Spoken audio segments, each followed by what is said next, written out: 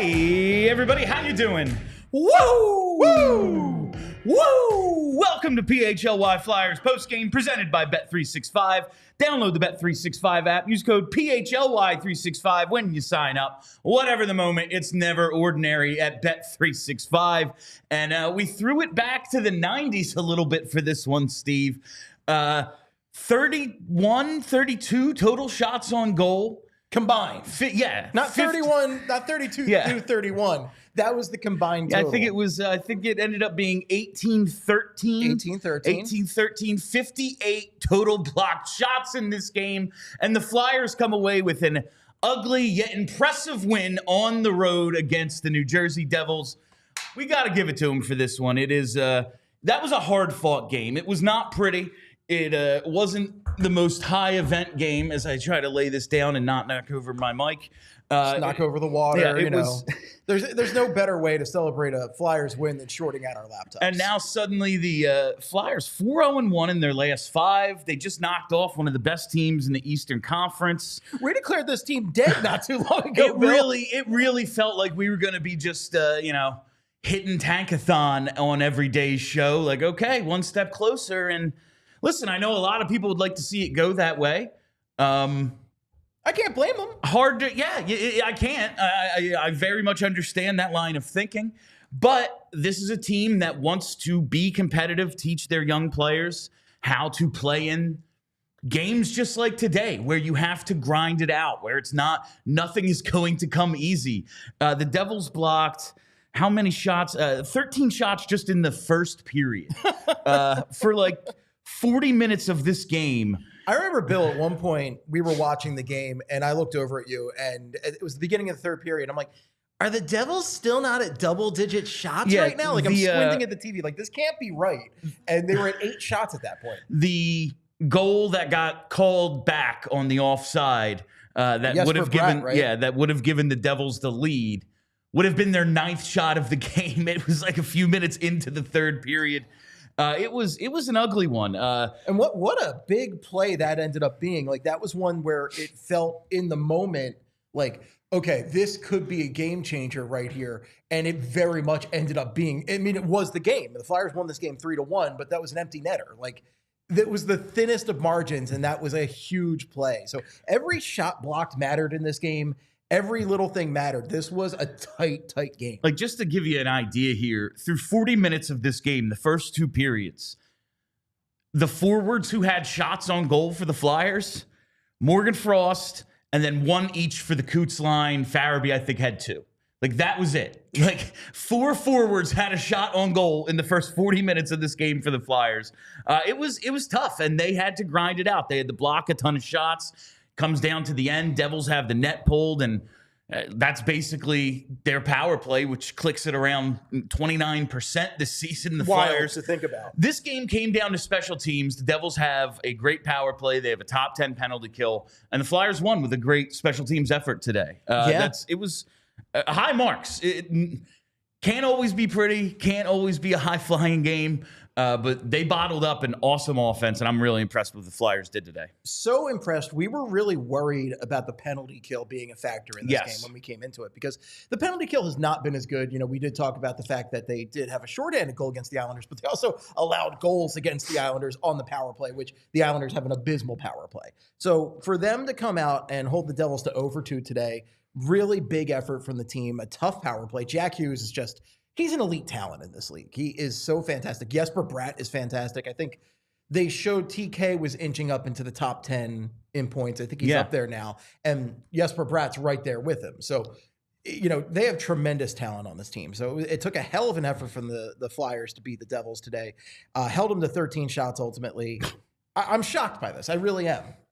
The amount of time, and it's not as if the Devils didn't have a lot of sustained pressure. There was definitely some high leverage moments. The Jamie Drysdale penalty, Devils are on the power play in the late second. It was really the first sustained action for either team for the game, but they still only come away with a shot or 2 on that power play. Flyers packed it in tight. Kept the Devils out on the perimeter. Sure, they had the puck. Sure, they're a dangerous team, but nothing got through. Really impressive on the defensive end. And then was happy to see, though, reviews can work. They can actually get the call right when they go to review. They get that overturned goal, and then the Flyers take the lead on the power play. We were skeptical, Bill, when that happened because, like, the goal happened bang, bang. Yeah.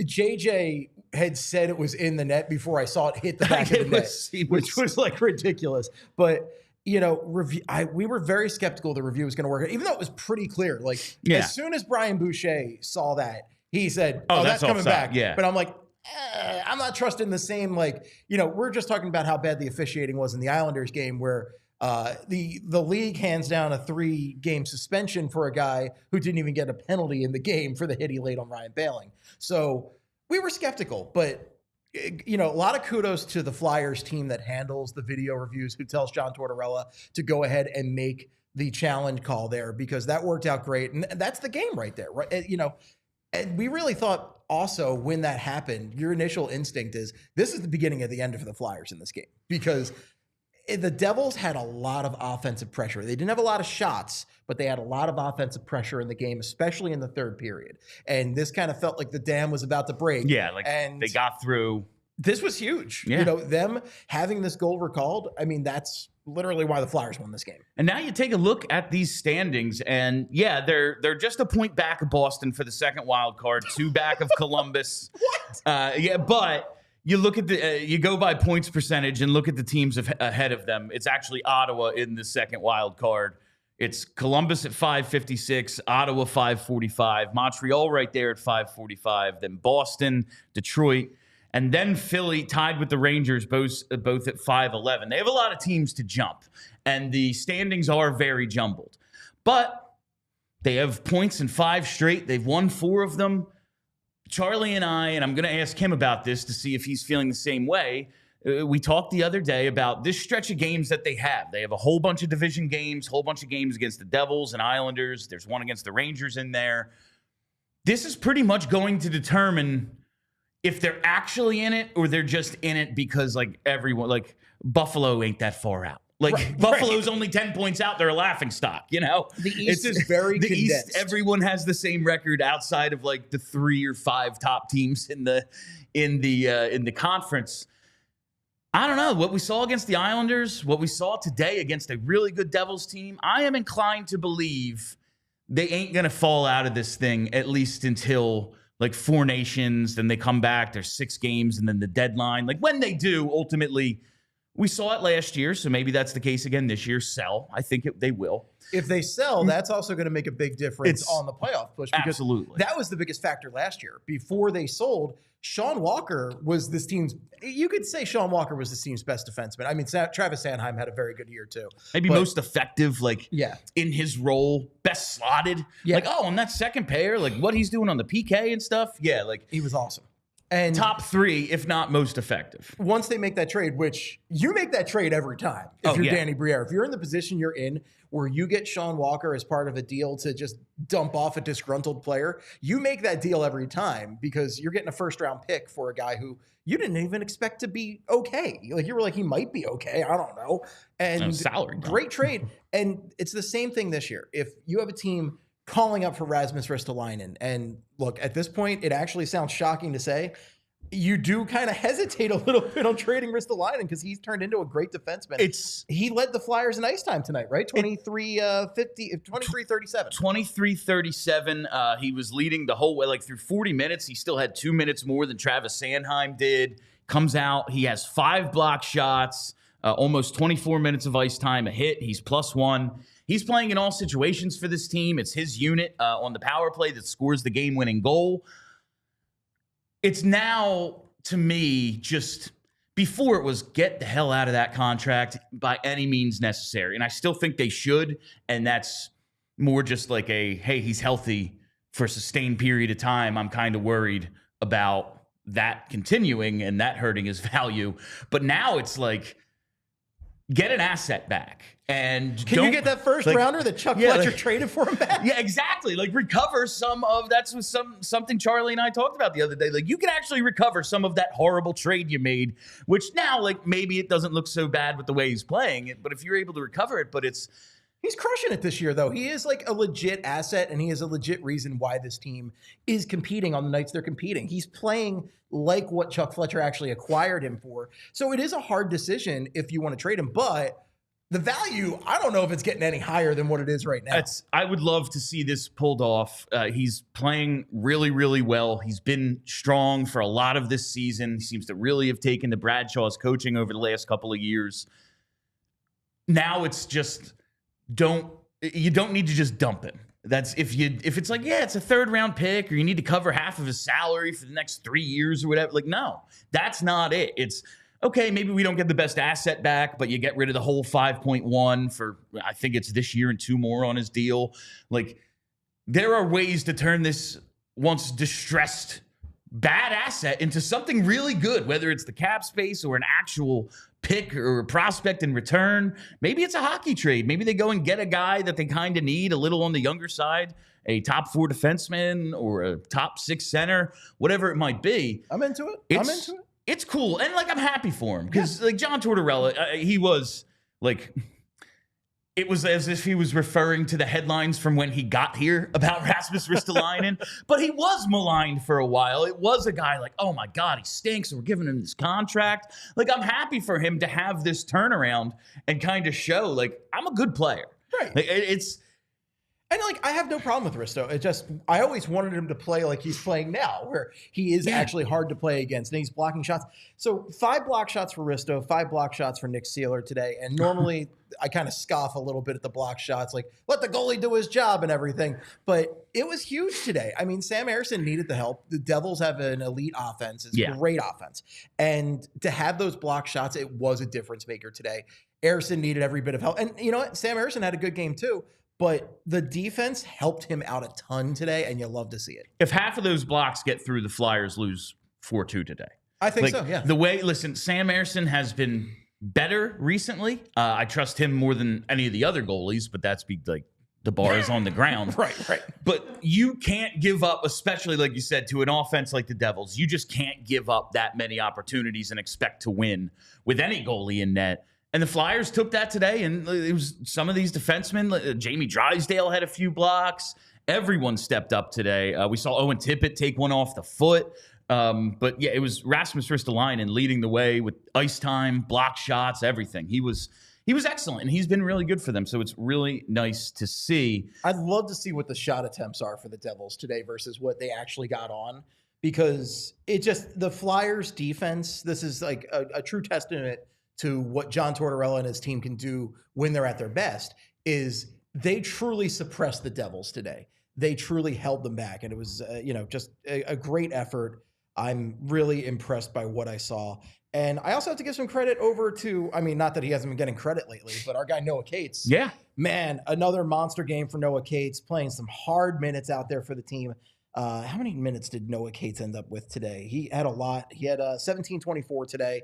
And that line continues to impress. Tyson Foerster, the birthday boy, didn't get that goal. Sorry, guys, but he did get 2 points. So if you went for him for the points today, you did make out pretty well. But 2 assists for Tyson Foerster, and an incredible play at the end of the game to set up the empty netter for Travis Konechny. Just a diving play. Hard-earned assist there. We were sitting there losing our Had minds. to get that puck out of the zone. And that defense was dying on the vine there. They were just dying. And Foerster just leaps, swats that puck out of the zone. That is the stuff you love to see from this team. And Tyson Foerster, what an impressive young prospect or player for this team at this point. He's not a prospect anymore. And him and Noah Cates are just... Yeah. I think that's the biggest difference maker right now, Bill, is like, this is as close to a top line as this team has had all year.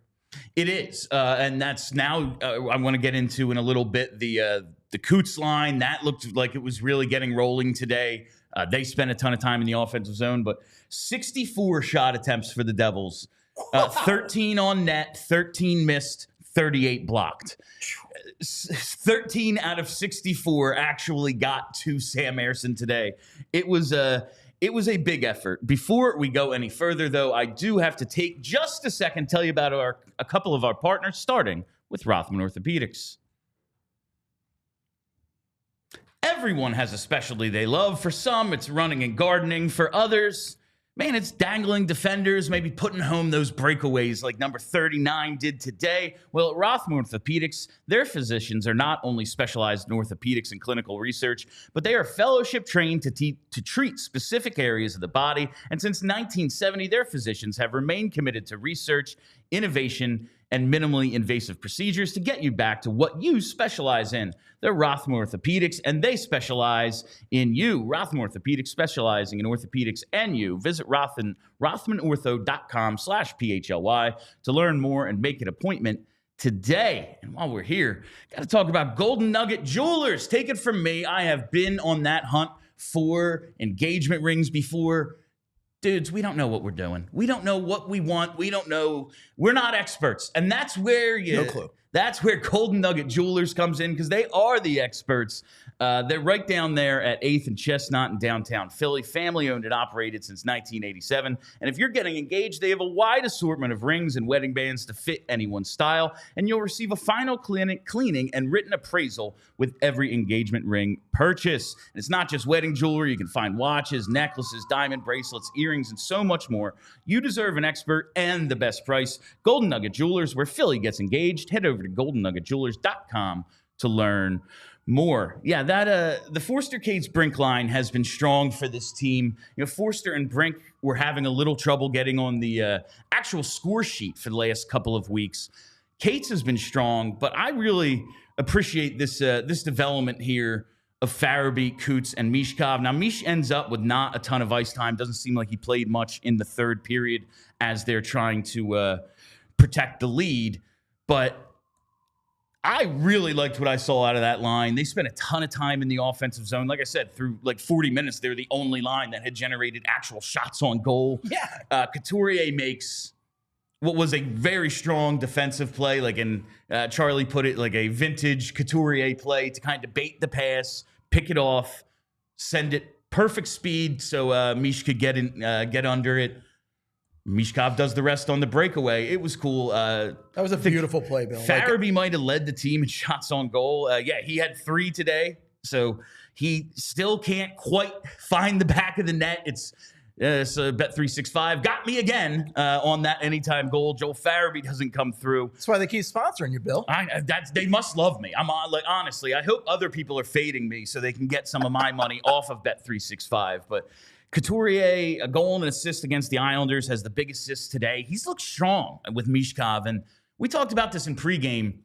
He doesn't have like the dynamic offensive upside you want someone playing with Michkov with, but his brain and his ability to make up for things on the defensive end, I kind of look at this as maybe the best possible duo, especially if, I mean, like that Cates line, you just don't want to break it up. No. Like, I would like Mish on that right wing, but I think they're so good. Awesome on that right wing. I would love to see what that line could do with him. They got chemistry. They got something working right now. Well, and Bobby Brink has the winner today. Yeah, he has the winning goal on the power play. Noah Cates was a big part of that. So you can't really break up that chemistry right now. But going back to Michkov, Couturier, I do the brains, those brainy guys, those chess players over there. Those are guys that are really like, they can play well together, because I find a lot of the problems with Michkov is like he's trying to make moves that people aren't ready for. Yeah. He's got to develop like chemistry. He's got to get on the same wavelength as some of these guys. And Couturier is one of those guys who can kind of see the game in the same way that Michkov can, where they're kind of a step ahead and play that well. And then Farabee's there, he's a good hockey player who can play with those guys. But I really like the two of them together. What a goal today. That was great play by Couturier to set it all up, but you can set everything up in the world, but if you don't score, it doesn't mean anything. So to see Michkov take that breakaway and bury it was fantastic. A lot of breakaways for the Flyers today, by the way. They seemed to kind of have that strategy. Like they always pack it in on defense. They can be aggressive in the neutral zone and at the blue line, but once you gain the zone, they pack it in. Just turtle up and then explode. Yeah, and then today it was, we're going to block a ton of shots. Some of them are going to leak out, and that's kind of how they got a bunch of opportunities today. And luckily, they're able to put one in. And that was it was the Tippett takedown. That's the power play they scored the game winner on. Yeah. So a couple of them paid off. Mish puts one in, and on the one Tippett doesn't score on, that's how they get the power play to win the game. Bill, question on that. Penalty shot or not? What do you think? Because he got 2 slashes to him. And usually you only see the penalty shot if a guy gets actively like drugged down, like hooks usually, or just tackled. Sometimes it happens. I initially thought it was penalty shot, and then when they re-show it, like, wasn't really on the hands like that. Sure, if you get tackled, but Tim still got the shot. He gets it off, kind of. So I'm fine with it. And hey, no complaints. They actually scored on the power play. They scored on the power play. That was pretty cool. A big power play at the end of the game, at the end of a tie game. A lot of good stuff today, but I love the breakaways. I love the chances because TK also had an opportunity. I think it was in the third period as well. He got stripped from behind. He got stripped. It was a good defensive play, frankly. But there was, one of the nice things about these current Flyers, and that's something we haven't seen with the Flyers ever, is speed. They don't have a ton of speedy guys, but like Owen Tippett is one of the fastest Flyers I've ever seen. Travis Konechny's got some nice speed on giving nice. Michkov's not actually a fast guy, but he's a smart guy playing with another smart guy, set up the opportunities. So a lot of good plays from the Flyers as far as getting those breakouts tonight. And, it was the difference maker. It was. And that's Mich.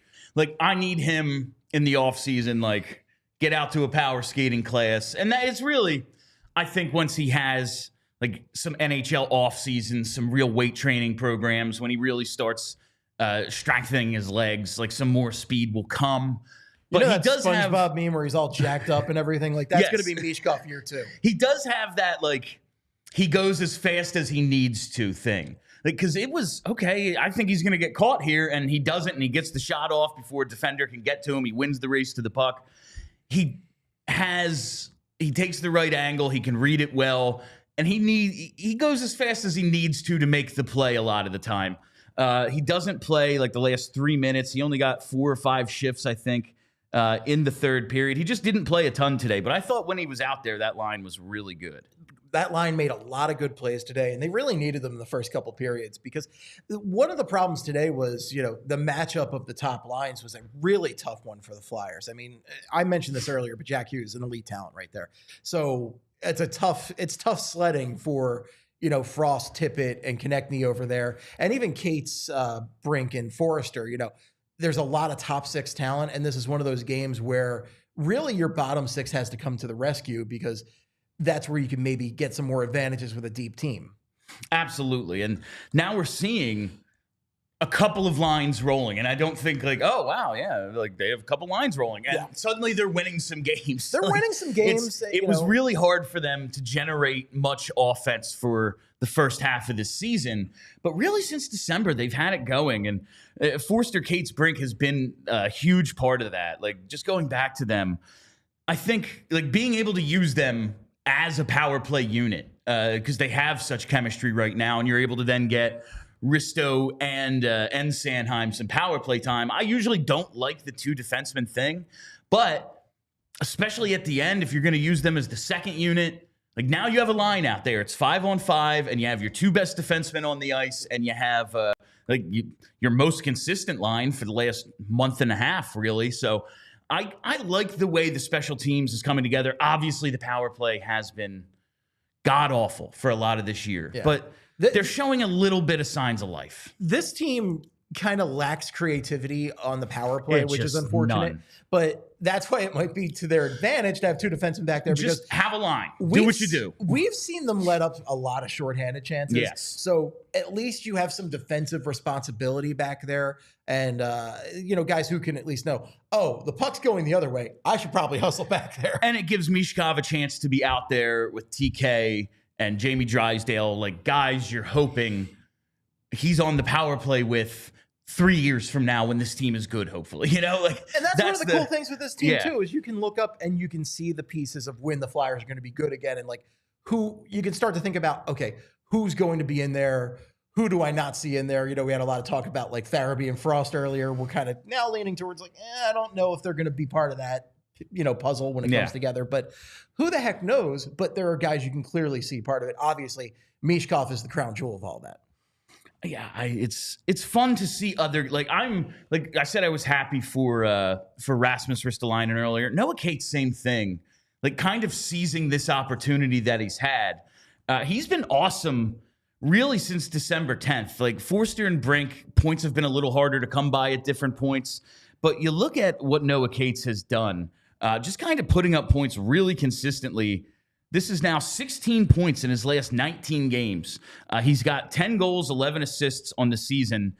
9 goals and 7 assists of that have come since December 10th. He's just been consistently good for them. He's getting better in the circle. And suddenly a guy who a few months ago was like, I don't see where he fits. He was the healthy scratch on opening night. He was sitting for an 18-year-old Jet Luchenko who did not have like the greatest standout camp. Right. You know, like he didn't have the Bobby Brink camp from last summer where you go, oh, well, he has to make it. It was just, you know, Torts is sitting there going, I don't have any centers. Maybe he can do it. He's a center, maybe. Yeah. And like he comes out of the lineup. Jet showed you some stuff, but he didn't show you enough. Obviously, they sent him back ultimately. But like the fact that Cates couldn't make it in over anybody in that bottom 6 was, you know, a worrisome sign. Absolutely. I was like, where does this guy? And I always liked him the past few years. You know, on his best days, he was like Sean Couturier Jr., Coots Jr. But like that was worrisome. If even John Tortorella wasn't seeing something out of his defensively responsible two-way forward. Yikes, right? And to see this turnaround and see him develop chemistry and actually like have a legit, really good Flyers line is fantastic. Like storyline of the year for me so far. I mean, besides Michkov. Yeah, Michkov coming over. Michkov, he retook the goals and points lead on Celebrini today. But Lane Hutson's still leading all rookies in rookie scoring. I don't like Canadiens fans being right about something, and they were really very excited about Hudson. And no, we got to send them. We got to put them back in their place. All right, and you're going to Montreal, and you're going to show them exactly what's up. That is a great point. Look, Steve, this is why I love having Steve around, because it's like it's having a second host. You're going to want to come out and check out the Montreal trip. Go to allphly.com right now and sign up. We're going with Philly Sports Trips. It's going to be a ton of fun. April 4th to the 7th. We're going to the game, Flyers Habs in Montreal. I mean, it's the Mecca, right? Like it's the Habs. It is like hockey it's evil. Central. Right? Yeah, it's the evil French Canadian Habs, and we get to go invade. It's going to be a great time. There's maybe it'll be a state folks. by then. We might not even need our passports. There is history there, folks. Chris Chelios, Ron Hextall, the blocker. We all remember. Well, we don't. A lot of us were little. We're not born at that point, but we've seen the highlights on YouTube. We know it's there. And by the way, folks, I just did the whole emergency passport thing last year. So if you need tips on that, I'm your guy. Get on it right now. You know who else is going to be on that trip to Montreal? It's Philly's #1 hockey beat writer, Charlie O'Connor, coming to us live from Newark today. How you doing, Chuck? Doing okay. How are you guys doing? Good. Just wanted to make sure you could hear us. That is the tone of a man who's in Newark right now. Yeah. Just wanted to make sure Charlie could hear us. Thoughts on the game and any standout comments from post-game availabilities? Yeah, this was just a real knockdown, drag-out game, and I wouldn't say it was the ugliest game I've ever seen because stuff happened. It's not like it was just bottled up in the middle of the ice the entire game. It's just that the Flyers blocked a ton of shots, and the Devils, basically, unless the Flyers were creating off a transition, they weren't creating anything. So they were forechecking hard, they were skating hard, they were checking hard, but they weren't really winning back enough pucks to actually create much off of the forecheck. So it was a lot of one and dones. Dump it in, don't get it back, they transition, then they get the puck in the Flyer zone, and the Flyers hold them to the outside. Although the Flyers defensively were fantastic. And I think that's really the story of this game, is just how good defensively the Flyers were. Sam Ersson only ends up facing, I think, 13 shots is the final count, but he faced a ton of shot attempts. The Flyers just blocked a lot of them. And John Tortorella said after the game, he said, look, we know we can't play run-and-gun hockey against this team. So we can't play run-and-gun hockey against a lot of teams, but definitely not this team. We need to win a game like this. And I'm not sure if they made intentional system tweaks. I really don't think they did. They looked like they played the way they normally play. I think it was mostly just the way they played. They played a very tight checking, attention to detail, not taking a ton of needless risks type of game. And they showed they can do it against a really good team in the Devils. Like I view the Devils as, maybe a second-tier cup contender, but I think they are absolutely a cup contender. They are a really good team, and if they win it all at the end, I won't be blown away. I think they have the talent. I think they have the roster. The Flyers show that they can make the Devils play their game and then find a way to come out of it with a win. I was impressed. Yeah, that's kind of what we were saying. Like, just you have to find a way to win these games, and dictate on your own terms, because if you do play the Devils game, like, they're going to lose 4-1 today. That's what was going to happen if they tried to play that way, and they didn't. Now, the Devils, they're a top 10 team. They're one of the best teams in the East. They came in with the 3rd best goal differential. Their power plays at like 29%, 11th best scoring team, top 10 penalty kill. This was a pretty damn good performance against, like you said, I consider them a cup contender, especially like someone has to emerge from the East.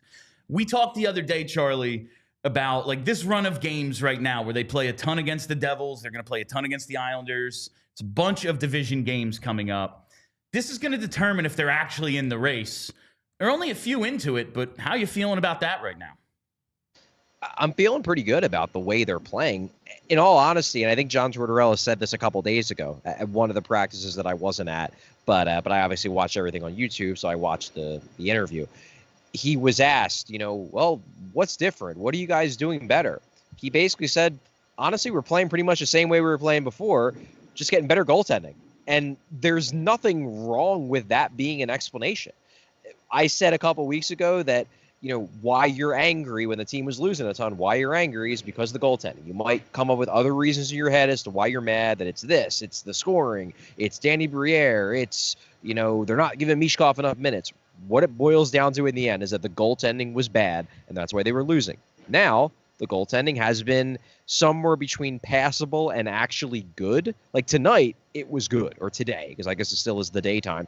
It was actually good. Sam Ersson didn't make a lot of saves, but that's because he didn't face a lot of shots on goal.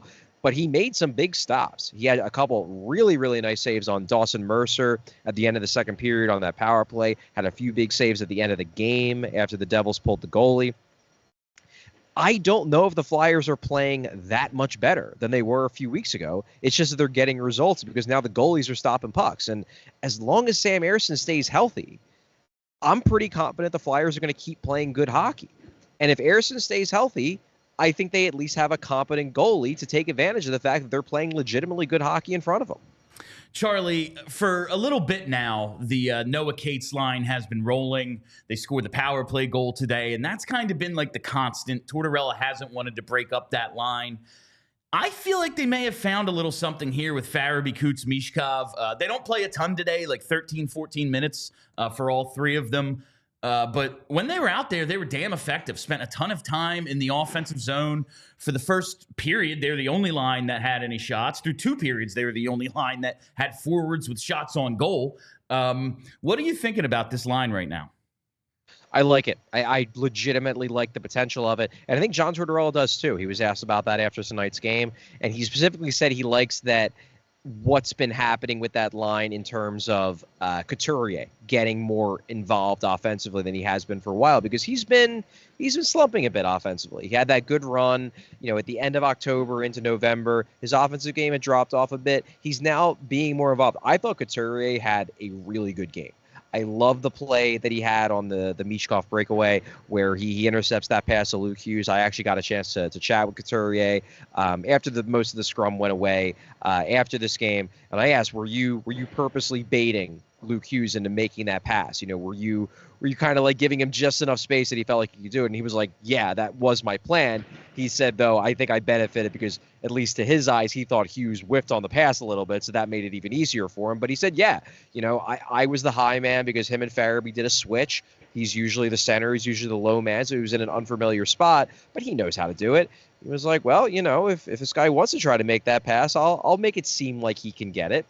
And Hughes tries to make the pass. He flubs it. Couturier intercepts the pass. And then I thought the pass to Michkov was low-key difficult because while Michkov did have a step, those 2 defensemen closed in on him pretty quick. That pass had to be threaded perfectly and also timed perfectly because it wasn't a bullet pass. It was lofted a little bit. It had a little bit of hesitation, and that just gave Michkov the perfect angle he could take to get to the puck before he went in on the breakaway. I thought Couturier was one of the Flyers' best players in this game. I was really impressed by him, and obviously it's always a good time when Matvei Michkov gets a goal. Oh, it makes us all happy. It was beautiful. A rare, beautiful play in kind of an ugly game today. And one of the guys, he didn't end up on the score sheet tonight, but time on ice, he led the way. Rasmus Ristolainen, he also had 5 blocked shots. It's a big game for Rasmus Ristolainen. He's come so far since he was traded for a few years ago. What do you think about Risto's game today? Well, number one, I thought he was really good, but I just think this is the kind of game, like this is a Rasmus Ristolainen game. This is the kind of game that at least this new and improved version of Ristolainen was built for. This knockdown, drag out, we're collapsing the slot, we're blocking all the passes, we're winning battles along the boards, we're not taking a ton of risks, which he can't really take anyway because he's not the most mobile guy. He's not a terrible skater, but he's certainly not an end-to-end rush type of defenseman if he ever was one. This is a game that he's built to flourish in. And to his credit, he flourished in. He was really good. Tortorella and Bradshaw clearly recognized that. They piled on the minutes to him.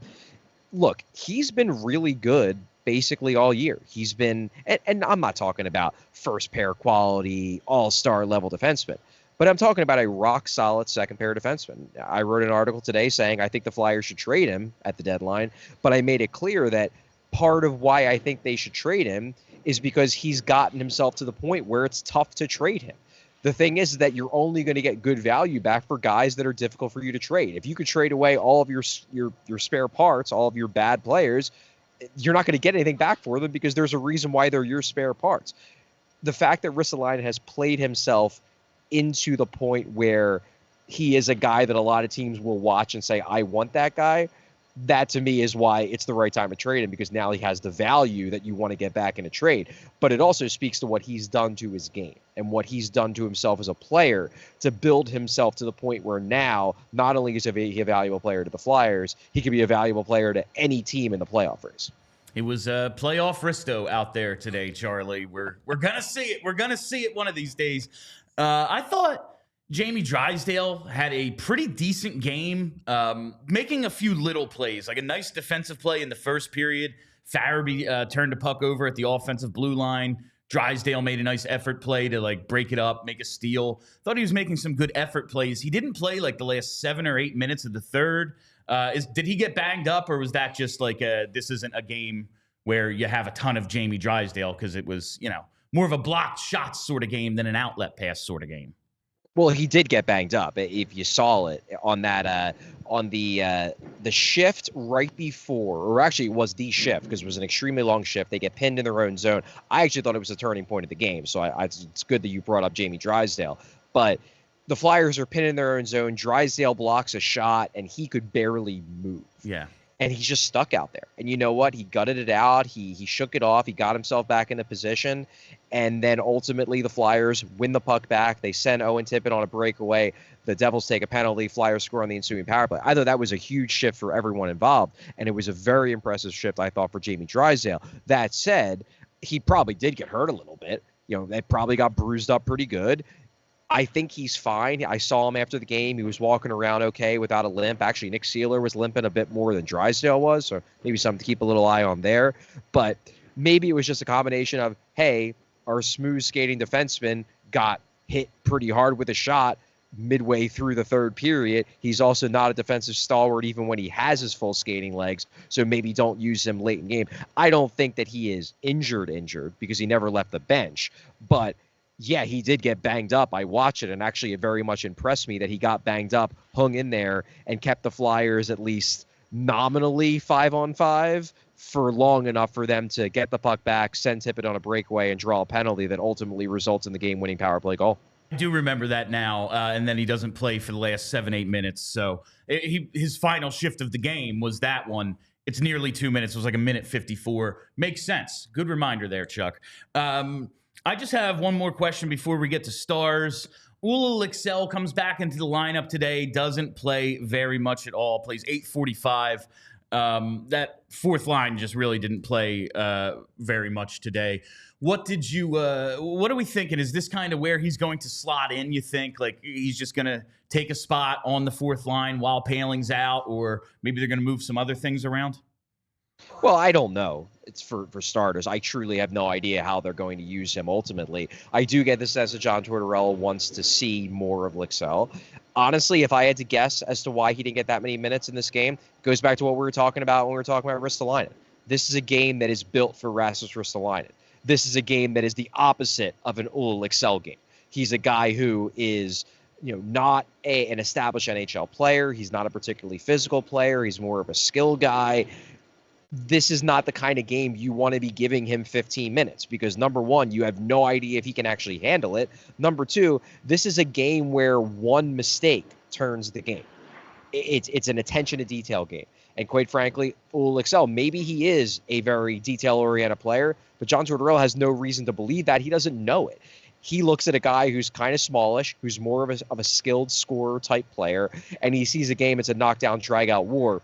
It makes sense that he's going to lean on a Ristolainen, and he's going to shy away from sending Lexell out for some extra shifts. Plus, I just don't think he was terribly impressive. I don't think he was bad. I don't think Lexell made any plays that made me say, oh, you got to get him out of this game. He's just not hanging.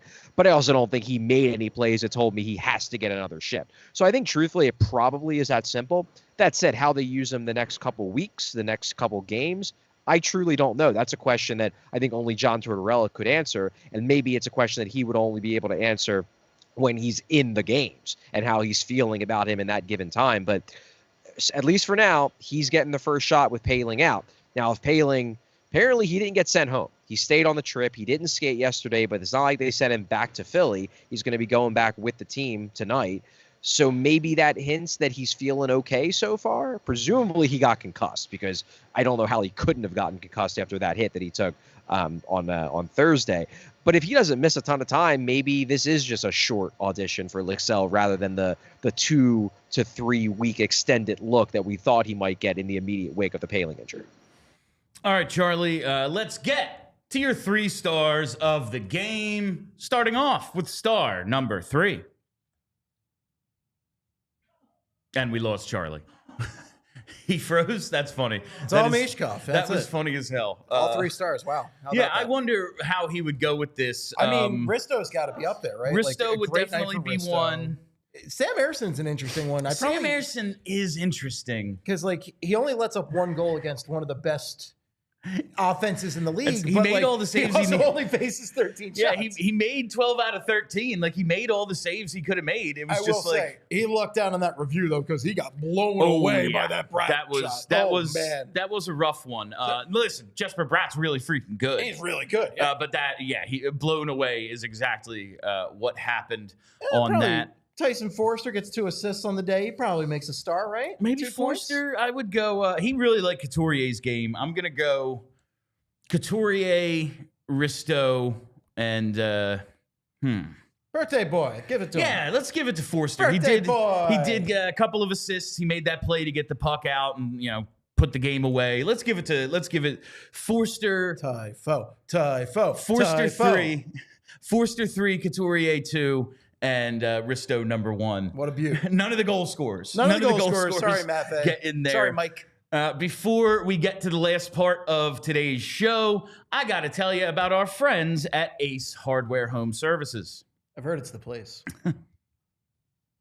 Do you have a leaky pipe? At Ace Hardware Home Services, they're around the block with everything you need to fix it, including the person to do the fixing. If you've got an air conditioning issue like I did a few months ago, they've got a person for that as well. And if you have a leaky faucet, maybe you said you're going to get to it. Well, it's been a year, you haven't. It's time to call Ace because now Ace Hardware isn't just the helpful hardware folks. They're also the helpful home service and repair folks. From plumbing to heating and cooling, they've got the trusted pros to keep your home humming all year long. Ace Hardware Home Services, they're bringing helpful home, the helpful you love from the store, now to your front door. Visit Ace Hardware Home Services online at acehardwarehomeservices.com to get you started on your next project today. And while we're here, you don't want to do that home repair. You want to go to a game. That's right. And you got to do it with our friends at Game Time, the best secondary ticket marketplace on the whole internet. What makes it so great? Features like Game Time Picks,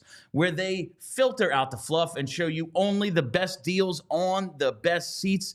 You'll also know about the all-in pricing. Toggle it on, and suddenly surprises go away. You don't get all the way to check out and then see your ticket price doubled. Nope, because they show you the whole price right up front. Same with the seat views. No surprises. You get to see a panoramic shot of where you're sitting. They've got the low price guarantee and the most flexible customer service policy in the ticketing industry. So take the guesswork out of buying tickets with Game Time. Download the Game Time app, create an account, use code PHLY for $20 off your first purchase. Terms apply. Again, create an account, redeem code PHLY for $20 off. Download Game Time today. What time is it? Game time. And it was certainly game time for the Flyers. I'm just really impressed by the freaking effort today. Like, and we know it's a John Tortorella team. They're going to bust their ass. But it took that and execution to beat the Devils. And I think like something like Jamie Drysdale, as Charlie mentioned, I forgot. I saw like, oh, he didn't end up playing a ton of minutes. And then Charlie, did he get banged up? Yes, it was obvious. He was out there for 2 minutes, took one off the foot. He was down on all fours at one point. But he gutted it out, and then he didn't come back, but he got them through that shift. And I was happy. I thought Jamie Drysdale played a subtly good game today with a few like nice second effort defensive plays. I agree. And I'm becoming a little bit obsessed with John Tortorella's strategic scratching of guys and like it's kind of teaching guys the basics in their game. Like Drysdale went out initially with an injury, but all of us had the pet theory that he spent a little bit more time just working on his game and, being a healthy scratch for a little bit there. Drysdale kind of alluded to it at one point. I don't even know if he meant to. Yeah. It was just like, yeah, I've been good to go. Like, I think I'm ready. Like, I do think there was a bit of teaching going on. Yeah. And he needed it. Absolutely. He was a hot mess. He was. The beginning of the season. He has been much, much better lately. He's had guys like he had his controversial scratch of Michkov for a couple games. Michkov came back very strong. It almost makes you wondering if maybe I'm very curious to see how Michkov comes back after the break because I think he's going to be pretty awesome after the break. He's heating up a little right now. He's got points in 4 of his last 5. Like I said, he retook the goal lead and the points lead on Celebrini at least. Celebrini has like 10 or 11 fewer games played. He's been like, Celebrini's been awesome. Celebrini's but fantastic. I am looking forward to seeing maybe he can just get something going. Maybe the strategy of like, yeah, we're going to put you out there with Coots and Farabee. And when you're out there, you're very effective. But we've heard about it's not like, I always think conditioning has a connotation of like, oh, he's lazy. And it's right. Like this is the NHL, the best, most physical league in the world. And also it's just a different level. This schedule being so condensed ahead of, the All-Star break isn't a couple of days this year. It's 15 days for the Four Nations tournament. They're playing a ton of freaking games. Yeah. Well, it's a different level, a different schedule, a ton of games, and it just takes some getting used to. And also, like, there are guys, like, we talk about these quad A guys, right? Like, we're talking about Licksell, for instance. Like, Licksel's awesome in the AHL. You look at guys like back in the day, like Peter White, right? You look at Vinny Prospal, right? Vinny Prospal was a stud in the AHL. I remember going to a game to date myself in the late 90s, and Prospal was crushing it. He was leading the league by a ton. And he went to the Flyers midseason. And then at the end of the season, he was still one of the AHL leaders at the end of the year. So it takes a different, and Prospal was a good NHLer, but like he played in the AHL like a superstar. So there are guys that like, it takes a different level. Okay. And the conditioning, the night in, night out, it just takes a lot of different effort. So he's going to get used to it. And again, next year, I think he's going to be a stud with that. But, I kind of wanted to double back a little bit just talking about Drysdale and these guys with breaks, because also Joel Farabee recently had a couple games scratched, and Farabee, he hasn't been amazing these past 2 games, but he's been a lot better than he was before the scratch. I thought he was one of the best players on the ice in the Islanders game. I thought just that line as a whole was really good. Now, like, you look at it, they didn't get a ton of time in the third period. Michkov got like 1 shift after the 10-minute mark of the third. He came off the ice with like 3:40 left. That was the only shift he got after halfway through the third. But maybe the strategy now, and like I've been worried about Couturier and just what he can do with the grind. Like last year was his first time participating in a full season since he was 26. Like some of it's COVID shortened seasons, some of it's the injuries, but like he just hasn't done it in forever for a variety of reasons. I wonder if he can, and maybe just backing off the minutes. If you're having trouble just kind of matching your energy game in, game out, your body just isn't responding the way you want it to, we're going to manage that in game. You gave us a great 2 periods. You're only going to play 13, 14 minutes today, but they were a really effective 13 or 14. They were in the offensive zone on all but like 1 shift, I think. Which I love. The strategic usage is huge in this kind of scenario. I thought it was really interesting at the end of the game when I think Jim Jackson was really surprised that Sean Couturier wasn't taking the defensive zone face-off late. I think it was really late too, like under 2 minutes left. And Noah Cates was taking it. And that goes to show their usage of Couturier, which I think is smart. Like, he just can't play like he used to. His body he's had some horrific injuries. And I think sometimes people aren't quite understanding of just how much his body has been through. And the other thing is, Cates has just been playing that great. And this is why Cates has been so essential to the Flyers really, getting on the winning track lately, because he can be trusted in those scenarios late in the game. And he played really good in the defensive zone late. Like, he's getting a lot of minutes, and he deserves every one of them. Yeah, and it wasn't just Mish who had that usage there. It was also Couturier. Like, they didn't use him at the very end. It was like, that's kind of weird. Like, he's really good in the circle, but he also only got the one shift, and so did Farabee after the 10-minute mark of the third. So that was just kind of you're like it's funny to think a line with Sean Couturier is a sheltered offensive third line. It is really crazy. That's kind of how they're using it right now. And I think it makes sense for the long term, preserving them, trying to get the most out of them night in, night out. And Torch just trusts other guys right now. It's crazy to think, but it's Noah Cates, and it's even freaking Morgan Frost getting these shifts. It seems to be a good problem right now, though, because it's working out. Like, these guys are playing effective hockey, and they're getting the minutes, and they're really proving why they should be getting the minutes. It's crazy to think Morgan Frost was one of the more trusted guys late in the game, though. But I mean, I can't explain him at all. I have given up trying to, but right now, I mean, he's putting up points right now. I don't think he had any tonight, right? But like, regardless, like, they didn't let up more than one goal, so clearly he was doing something right out there. And we did. Brenna texted me Charlie's stars. His Wi-Fi died at the arena. Star number 3, Sean Couturier. Star number 2, Tyson Foerster. Star number 1, Bobby Brink. Bobby Brink. So he does get in there, and Hey, he scored the winning goal. I mean, you can't really deny that. It was a great winner too. It was great to see it on the power play. Great to see Brink in there. He broke that 20-game goal drought a couple of games ago. Now he has 2 goals in his last 3. I really think there's something to Bobby Brink. He's been playing well. Now maybe he's going to get some points are going to start coming his way. I would argue that he's probably their second best creative playmaker in the offensive zone behind Michkov. Like, he does some really interesting things out there, and sometimes it gets him into trouble, but he's willing to take risks, and I think a way a lot of these other guys aren't. No, absolutely. He has that vision. He has that puck skill. Very few guys on this team. Like, listen, I like TK a lot, Owen Tippett, but these are mostly dudes who finish on the rush, do those sorts of things. TK's a lot of physical effort in the offensive zone, a lot of puck possession, a lot of just trying to burrow his way in there the rat he is. And you love it, right? But Bobby Brink is trying to do a lot of creative things passing-wise with his stick. Guys who have the vision, can set things up, have the puck on their stick, play the give-and-go game. Like, it's really Mish, Brink, and Frost sometimes. Yeah. Every now and then, Tippett gets creative out there. And Konechny is a good passer. I don't want to crap on Konechny's passing skills, because he is a great passer. He has 4 3+ assist games this year, I think. But there's a certain level of just creativity with the puck that these guys are doing that you aren't necessarily seeing from the other guys.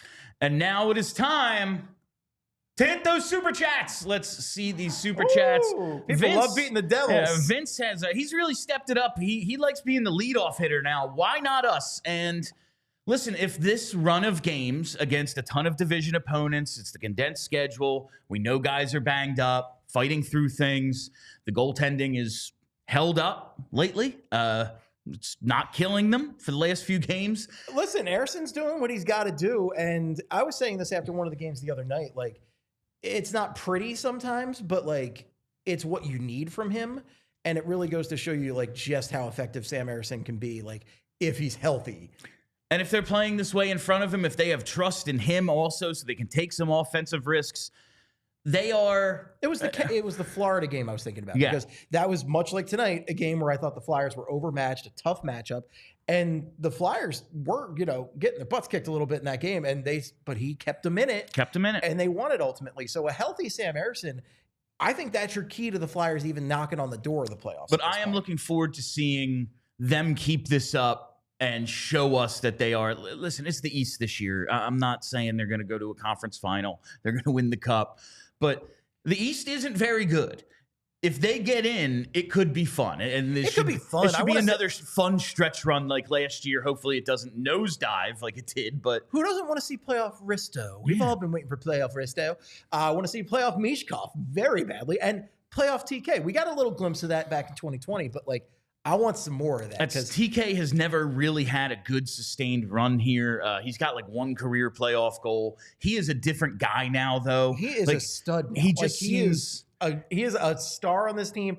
He's not a superstar, but he is a star NHL player right now. He's a top 10 scorer. I would really like to see him get a chance. Yeah, like the learning experience, even if you're the second wild card and like you have to go to Washington or who's leading the you have to go to the Maple Leafs. Like imagine playoff hockey in Toronto. Like I'm into that could be a lot of fun, and it could be a really good experience for a lot of these young guys who've never really played any playoff hockey before. Next 2 weeks, Detroit, Rangers, Islanders, Devils, Islanders. Okay, that's mostly division. Okay, and Detroit's a team in the wild card race too. So like that's all teams that like that's very important, and this is make or break for the Flyers. You can absolutely put yourselves in it. So I'm looking forward to it. All right, let's hit this next one from Timbo Slice. Timbo says, why not us? I said it before. I'll say it again. They're winning the whole damn thing. That would really be something. I love the optimism, Timbo. Maybe Mish is saving it for the playoffs. You know, he's like, I got the energy. I just think I'm going to be playing 90 games this year. Listen, so I think that's what the Flyers should have done with Danny Briere back in 2011, 12, 13. Rest him up for the playoffs. Keep him in a cryogenic freezer, and then it's playoff time. Awaken him, and he'll just go off. I do want to see this team. I don't know if they can go on a run, but not fail where they failed last year. And if you can get yourself in, it'll be a great experience for everyone. And who doesn't like watching playoff hockey? You know, it's 86 games is more fun than 82. It is. All right, from JH, is this hope? I am just hoping for a sustained run of fun hockey. I am enjoying watching the Flyers right now, and it hasn't always been that way the last few years. They're scoring some goals. Came into today, they're averaging over 3 goals a game. They're, I think, 12th in the league in scoring. They're a little more fun to watch than they've been. And now you see, with the torch structure, how they can really shut it down and muck and grind games and grind out wins. I just like watching them. Is it hope for what? I mean, how far can they go? I don't know. They're not that good, but the East isn't that good. Bill, we've both been doing this over a decade at this point. We've seen some awful hockey. Yes. Some just very unfun hockey. I'm just looking for fun, baby. I just want to go in there and have a good time watching hockey. That's what I'm in this for. They just played the Islanders and Devils, and I don't want to quit my job. Right, exactly. Exactly. What else can we say about Flyers hockey than that? Another one here from JH says, calling it now, Flyers Cinderella run thanks to Michkov and William, but not in the way he was saying on draft day. Yeah, we'll, that really looks like maybe we'll be going back and going, that was, because after that Dallas game, we were talking about it, man, that was a downer. And it was awful. It looked like a season turning point in a different way where it's just and we died. It was a backbreaker. And 100%. they came back in that Anaheim game and did exactly what they were supposed to do, and they've been riding that ever since. God, that Anaheim game. Points in 5 straight. That's one of the best games I've seen from the Flyers in forever. That's the most fun I've had. I called my dad on the phone a couple days later. He's like, I haven't been keeping up too much. I'm like, watch the Anaheim game, okay? That's the most fun you're going to have watching a Flyers game in a long time. All right, from David Weigert. He says, you think we trade for Nemec or Casey? I'd be surprised. There's the JT Miller rumor. You'd have to believe Nemec is going back there. I'm interested to see if the Flyers do any additions for the future, or if it's more just asset accumulation in terms of picks and stuff. These are fascinating questions. This is legitimately a really interesting team to follow right now and cover as podcasters, because there are crucial decisions. We're not quite sure where they think they are. We don't know where they think they are. There's a whole month and a half until the trade deadline right now. And there's also a huge international tournament that is going to decide, if Ristolainen comes out healthy, then we could be looking at him as maybe the #1 trade target at the deadline. If he comes out hurt, well, it might be a really boring deadline. And before we wrap up today's show, just want to say we appreciate those of you watching on TV. Head over to allphly.com for more of the show. Let's get to this last super chat here from Gary B. He says, Woo! Let's go Flyers. And that is a great way to end the show. This has been PHLY Flyers Postgame presented by Bet365. Download the Bet365 app. Use code PHLY365 when you sign up. Whatever the moment, it's never ordinary at Bet365. We'll be back for next week's schedule. I haven't seen it yet. I can't remember what it is. I just said it. I don't remember if we have what days we have shows. Detroit, the 21st. Yeah. The Is that Rangers, Monday? the 23rd. Tuesday, the 21st. I'm going. If you see me at the Farg, say hi. So the 21st, Tuesday. The Rangers on the 23rd, and then the Islanders on the 24th, which is a Friday. We will have some regular shows. We'll have some pre and post games, but make sure you're following us right here on the YouTube so you never miss a live show. And follow us on Twitter at PHLY_Flyers. I'll post the schedule there, and then we'll all know it together. And follow the podcast as well, wherever you get those. Just search PHLY Flyers. Thank you very much to Steve Jaco. Check out the Flyperbole podcast and everything going on over at Broad Street Hockey. Until next time, I'm Bill Matz. That is Steve. Let's go Flyers. We all silly like the mayor.